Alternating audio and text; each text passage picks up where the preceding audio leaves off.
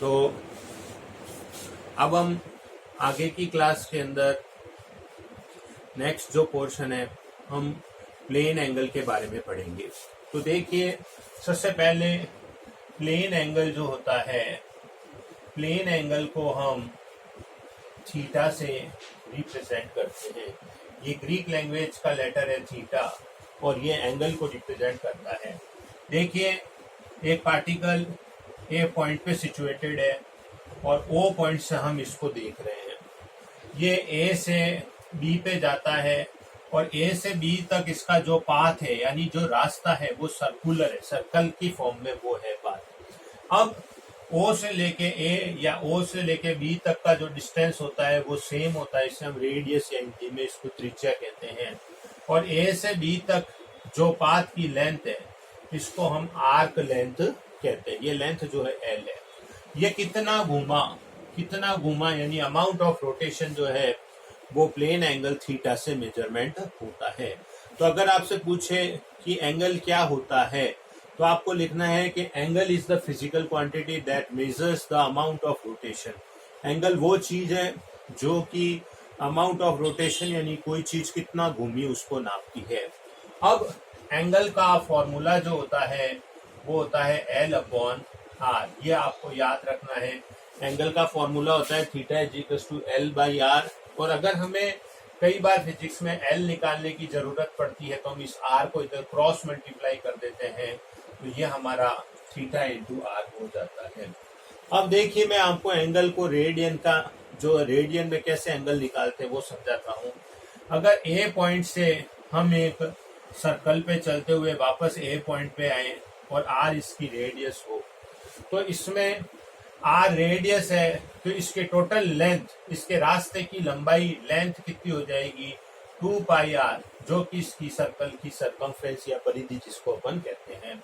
तो हमारा थीटा क्या हो जाएगा, थीटा हो जाएगा एल बाई आर। तो एल की जगह हम रख देंगे 2 पाई अपॉन आर, आर से आर कट जाएगा, ये कहलाएगा 2 पाई रेडियन। रेडियन के लिए सी भी लिख सकते हो। अगर आपको सी लिखने में अनकंफर्टेबल फील कर रहे हो तो आप आर ए डी भी लिख सकते हो, लेकिन सी लिख देना चाहिए, टाइम बच जाता है। आर ए डी में थोड़ा टाइम ज्यादा लगेगा। तो आप याद रखेंगे, जब एक कोई भी पार्टिकल एक पूरा रोटेशन, एक पूरा चक्कर काट के जहां था वहीं पे वापस आ गया, इसका एंगल पूछेंगे तो वो होगा 2 पाई रेडियन। ये आपको याद रखना है। छोटी क्लासों में हमें पढ़ाया जाता है कि ये पूरा एंगल जो होता है वो 360 डिग्री होता है, यानी सर्कल के हम टुकड़े करते रहते हैं, 360 टुकड़े करते हैं, तो हमारे पास में रिलेशन आ जाता है 2 pi radian is equals to 360 degree. छोटी क्लास में हमको पढ़ाया जाता है कि जब हम गोल चक्कर काटते हैं तो 360 डिग्री का एंगल बनता है, और बड़ी क्लास में 11th में सिखा दिया जाता है कि इसको रेडियन में 2 पाई रेडियन बोला जाता है। जो 360 डिग्री रिप्रेजेंट करता है वही 2 पाई रेडियन, दोनों सेम चीज ही बताते हैं। अब देखिए, मैं आपको बहुत इंपॉर्टेंट पॉइंट्स बताऊंगा, वो आपको ध्यान से समझना है। इसी से हम आगे देखो नए नए आगे रिलेशन बनाते हैं। 2 pi radian is equals to 360 degree. सबसे पहले इस चीज को दोनों तरफ 2 से डिवाइड करो। 2 से डिवाइड करोगे तो तुम्हारे पास में आ जाएगा, देखो 2 पाई रेडियन अपॉन 2, और यहाँ आ जाएगा 360 डिग्री अपॉन 2। तो इसका मतलब ये 2 से 2 कट जाएगा, pi radian is equals to 180 degree. Pi radian का मतलब होता है कि कोई चीज इस जगह थी और ये गोल घूम के इसके बिल्कुल ऑपोजिट ए से बी पे चली गई, सामने चली गई, यहां से वहां चला जाएगा तो टोटल एंगल कितना बना, ये इतना एंगल कितना घूमा, पाई रेडियन या 180 डिग्री।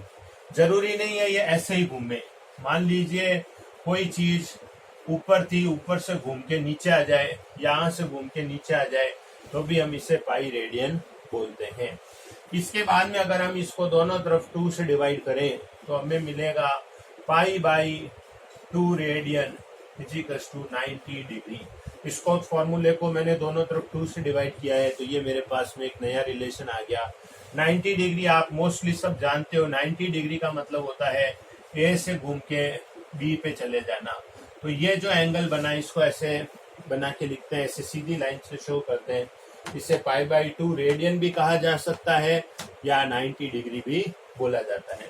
अब इसको हमने 2 से डिवाइड किया, इस फॉर्मूले को 2 से डिवाइड किया। अब इसे हम 3 से डिवाइड करके देखते हैं। 3 से डिवाइड करेंगे तो हमारे पास में आएगा π/3 रेडियन। इसके तरफ यहाँ पे 3 से डिवाइड किया, 180 में 3 से डिवाइड करो तो 60 डिग्री इसकी वैल्यू आ जाएगी। इसको दोनों तरफ 4 से डिवाइड करके देखो तो हमें मिलेगा π/4 रेडियन, और इसको 4 से डिवाइड करोगे तो 45 डिग्री आ जाएगी।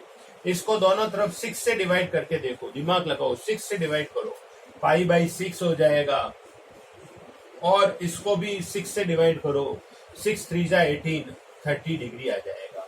जो तुम टेबल में यूज करते हो 30, 45, 60, 90, इस तरह से तुम्हारे पास में ये अलग अलग वैल्यू आ जाएगी। ठीक है, इसी तरह से इससे तुम जो है वो 2π/3 भी लिख सकते हो। इसको अगर 2π/3 से मल्टीप्लाई किया जाए, 2π/3, इसको दोनों तरफ 2π/3 से मल्टीप्लाई करके देखो तुम्हें क्या निकलती है वैल्यू, तुम्हें समझ में आ जाएगा। 2π/3 का मतलब क्या होगा, इस फॉर्मूले को मैंने दोनों तरफ 2/3 से मल्टीप्लाई किया है, तो मेरी वैल्यू क्या आएगी, इसके अंदर 3 से ये कट हो जाएगा, 60 डिग्री, ये हो जाएगा 120 डिग्री। तो बच्चों तुम याद रखना कि 2π/3 डिग्री जो होता है वो 120 डिग्री के इक्वलेंट होता है। तो ये मैंने तुम्हें रेडियन के बारे में बात बताई। अब मैं तुम्हें एक और बहुत इंपॉर्टेंट बात बताने वाला हूँ एंगल के बारे में, उसे तुम्हें ध्यान से समझना है। वो ये है बेटा कि अगर हम कोई चीज का घूमने का डायरेक्शन देखें तो वो दो तरह से घूम सकती है। या तो वो घूम सकती है एंटी क्लॉकवाइज, ये एंटी क्लॉकवाइज होता है, या वो घूम सकती है क्लॉकवाइज, ये आपको याद रखना है। दो तरह से घूम सकती है, या तो इस तरह से घूमे या वो इस तरह से घूमे। ठीक है, जब ये एंटी क्लॉकवाइज घूमती है, एंटी क्लॉकवाइज घूमने पर एंटी क्लॉकवाइज का मतलब होता है जिस डायरेक्शन में घड़ी घूमती है वो होता है क्लॉकवाइज, और एंटी क्लॉकवाइज का मतलब होता है जिस डायरेक्शन में रोटेट करती है उसके अपोजिट, और ये डायरेक्शन कहलाता है क्लॉकवाइज। ये तुम्हें याद करना पड़ेगा थोड़ा सा, और एक बार मैं समझा देता हूँ। अगर मैं इसको घुमाऊंगा तो इसमें जो मेरा एंगल आएगा वो एंगल आउटवर्ड आएगा, बाहर आएगा, तो इसका जो एंगल होगा वो प्लस में माना जाएगा। जैसे ये इस क्वेश्चन में π/2 है तो इसको हम प्लस π/2 से हम लिख देंगे।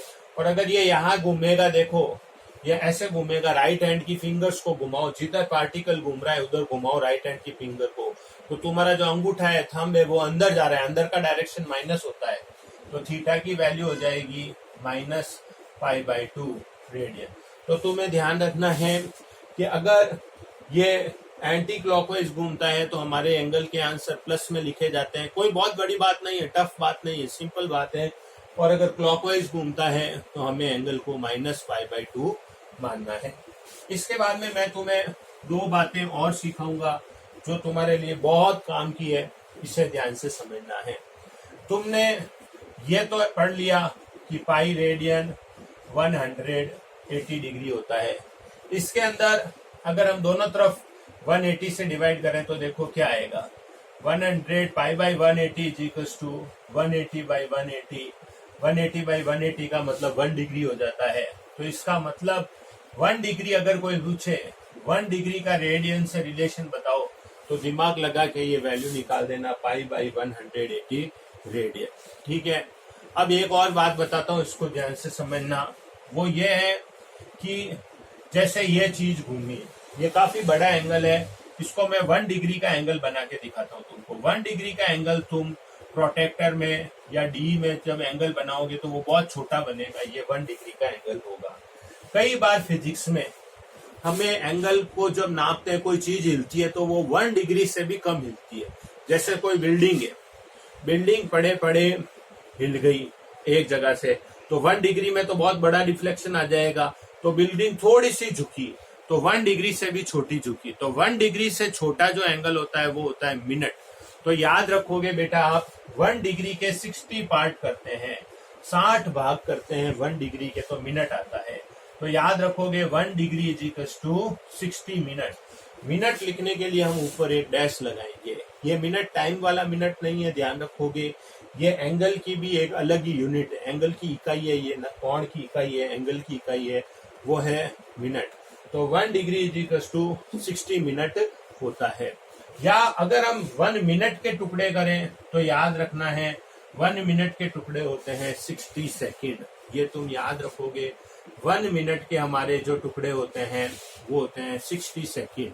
तो हमने जो है इसमें ये पढ़ लिया है रेडियन, डिग्री, मिनट और सेकेंड। अब मैं तुम्हें एक मास्टर फॉर्मूला देता हूँ, गुरु मंत्र देता हूँ। वो है किसी एंगल को सेकेंड से रेडियन में कैसे बदलना, मिनट से रेडियन में कैसे बदलना और डिग्री से रेडियन में कैसे बदलना। बहुत इंपॉर्टेंट है, मैंने खुद ने ये देखो फॉर्मूला बनाया, इसको समझा देता हूँ। अगर हमें कोई एंगल डिग्री में दिया जाए, इसको समझने की कोशिश करना। सबसे पहले इसे 60 से मल्टीप्लाई करो, जो भी एंगल दिया हुआ हो इसे 60 से मल्टीप्लाई करो, तुम्हारे पास मिनट आ जाएगा।